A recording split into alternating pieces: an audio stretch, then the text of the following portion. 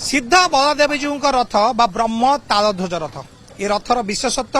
कारण ये हूँ एकमात्र रथ जे गोटे रथ जो बलदेव जगन्नाथ एवं माँ सुभद्रा एककालीन माउसी माँ मंदिर को जाती तेणु ये रथर निश्चित भाव में महत्व रही कहीं कई कालू ये रथ निर्माण चलीला होता ये रथ ब्रह्म तालध्वज रथ जो चले से अनेक लोकंर आधे आशा आकांक्षा रही था जे ये हूँ ठाकुर गोटे आध्यात्मिक रथ सबुठ गोटे बड़ कथा जे ये रथ केबे तैयारी होता ताकू कहीं कहि परिबे नाही किंतु एबे चलित वर्ष नूतन रथ गोटे इतिहास निश्चित भाव में गोटे परिवर्तन हवा जाउछि ब्रह्म तालध्वज रथ पुणी नुआ तैयारी होउछि नूतन भाव तैयारी हबो नूतन अख नूतन चक नूतन पूरा शरीर पूरा सबु जाक गठन होउछि कारण सरकार आधे पैसा मंजूर कर नुआ रथ पुराना रथ केबे हेतला किछि आपन मन अछि आपन तो होउछन मुख्य महाराणा कारीगर नाही केबे हेतला म कहि परबे आज्ञा जेंतु मु बळदेव को मुख्य महाराणा रघुनाथ महाराणा ए रथ केबेठू हेछि मु कहि परबिनी जेहेतु हमरो बापा संगे आसी 1996 मसरू बापा संगे आसी काम करूची एवं रथर हमर बहुत वर्ष है रथ होउची ए वर्ष नुआ रथ होउची चक 14 चक 7 अख तापरे सबु जाक पतन पर्यंत हमर नुआ काम चलीची एवं ऊपर काम भी सब नुआ होईची घोड़ा सारथी पार्श्व देवता नुआ होईचंती एवं सबु प्रकार नुआ हमर काम चलती एवं संपन्न हबो वर्तमान केते बाट पर्यंत रथ निर्माण हमर आज सुधा भूमिश्रेणी ऊपर काम चलती पतन काम चली आज्ञा आमर आउ 7-8 दिन रहिला 7-8 दिन आम 14 तारिख दिन रथ शेष करदेबू आज्ञा रथ संपूर्ण हम आप जो ऊपर रहे जो कपड़ा लगे ठाकुर जो पाराबाड़ी हुए ये कौ दिन संपूर्ण हम ये 14 तारिख 15 तारिख दिन कपड़ा पड़ो आज्ञा रथर कपड़ा पड़ो 15 तारिख दिन निश्चित भाव में नुआ रथ पुणी ठाकुर एथरे तीन ठाकुर आज विराजमान करेंगे गोटे इतिहास परिवर्तन निश्चित भाव में हम जे इतिहास परिवर्तन नुआ रथ ब्रह्म तालध्वज रथ नुआ तैयारी होबे नुआ रथ पुराना रथ होता तो कई तो जानी ना किंतु नुआ रथ निर्माण होची निश्चित भाव में गोटे गोटे परिवर्तन कारण नुआ रथ जो तीन ठाकुर जीवे रथ यात्रा करेंगे ये जो परंपरा रही ये कौन रथ पे आपण मैंने केते कौन प्रस्तुति कर धीरेन्द्र साहू ट्रस्ट बोर्ड सभ्य श्री बलदेव टूर्णामेंट नुआ रथ आम दीर्घ 3 मास तलू प्रस्ताव करूँ 3-4 मास तलू संपूर्ण काठ जोगाण करने जंगल विभाग को करूँ जंगल विभाग पाइचु घरे काठ व्यवसाय काठ पाइचु तापरे प्रस्तुति कराई रथ निर्माण कमिटी कराई रथ परिचालना कमिटी कराई रथ काठ अनुसरण करने कर समस्त सहयोग तदारख काम होची आम आशा करूँ निश्चित भाव में समस्त पार्श्व देवा जो नुआ है अख चक अन्य काठ सब नुआ सांगे बरान्द पार्श्व देवा देवी 4 घोड़ा सारथी समस्त जिनस नुआ तैयारी आम आशा करूँ महाप्रभु कृपा लाभ करूँ प्रार्थना करूँ रथ वर्ष गोटे विडंबना हुए जे पुराना रथ गड़िले रास्ता विभिन्न समय व्याघात सृष्टि हुए चलित वर्ष नुआ रथ नुआ चक नुआ अख आम भाविबा जे किभली भाव में जमी हवा कथा से व्यवस्थित ढंग से तो वैश्यक लोक डाक देखु पुरी रथ महान जो मैंने अच्छा परामर्श नहीं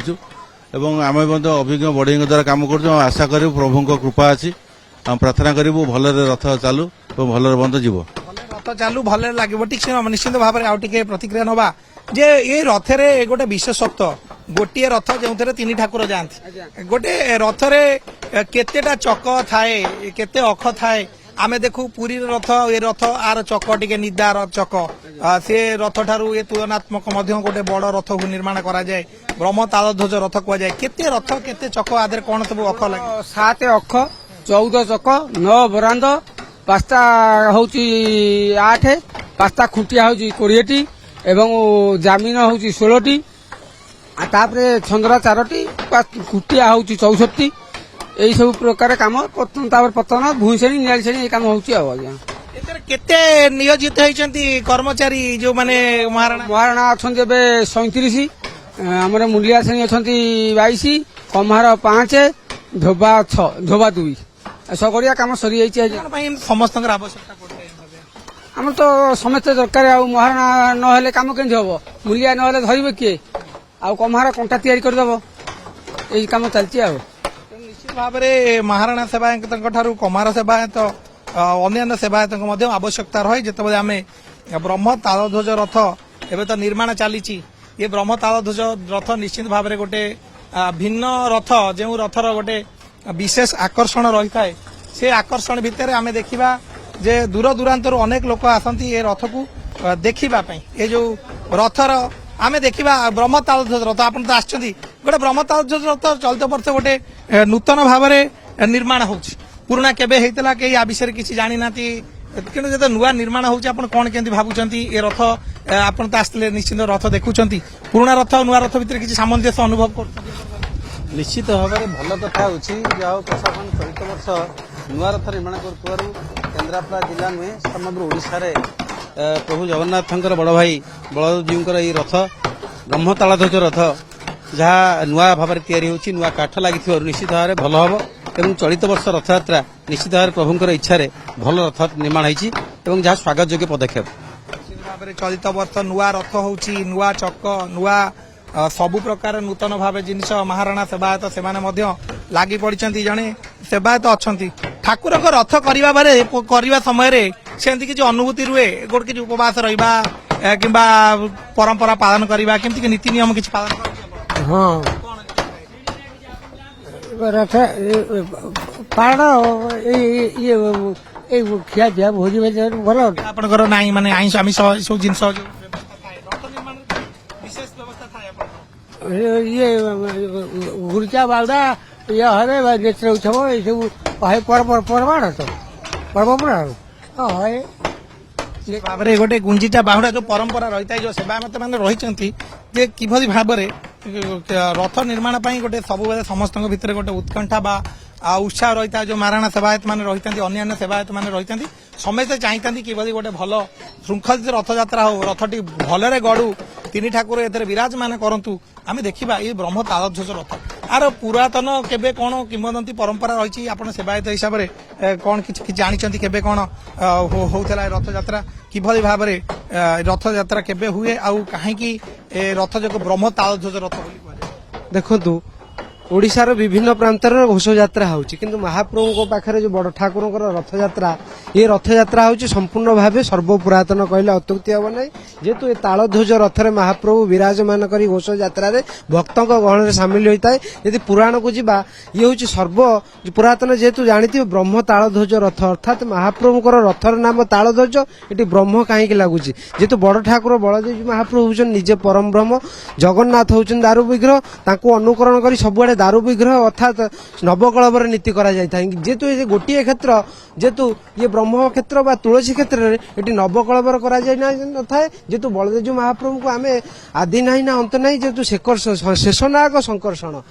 से हूँ परम ब्रह्म से लगी मूलर आकर रथर नाम ब्रह्म तालध्वज लगी थाए जेहेतु आप जानते महाप्रभुर रथ ये जोरसोर बढ़ई महाराणा सेवायत द्वारा कार्यक्रम चालू अच्छी आपातत 60% कार्यक्रम चली आ निर्दिष्ट समय भितर महाप्रभुर रथ निर्माण कार्य सर पुराना रथ होता केबे पुराना रथ होता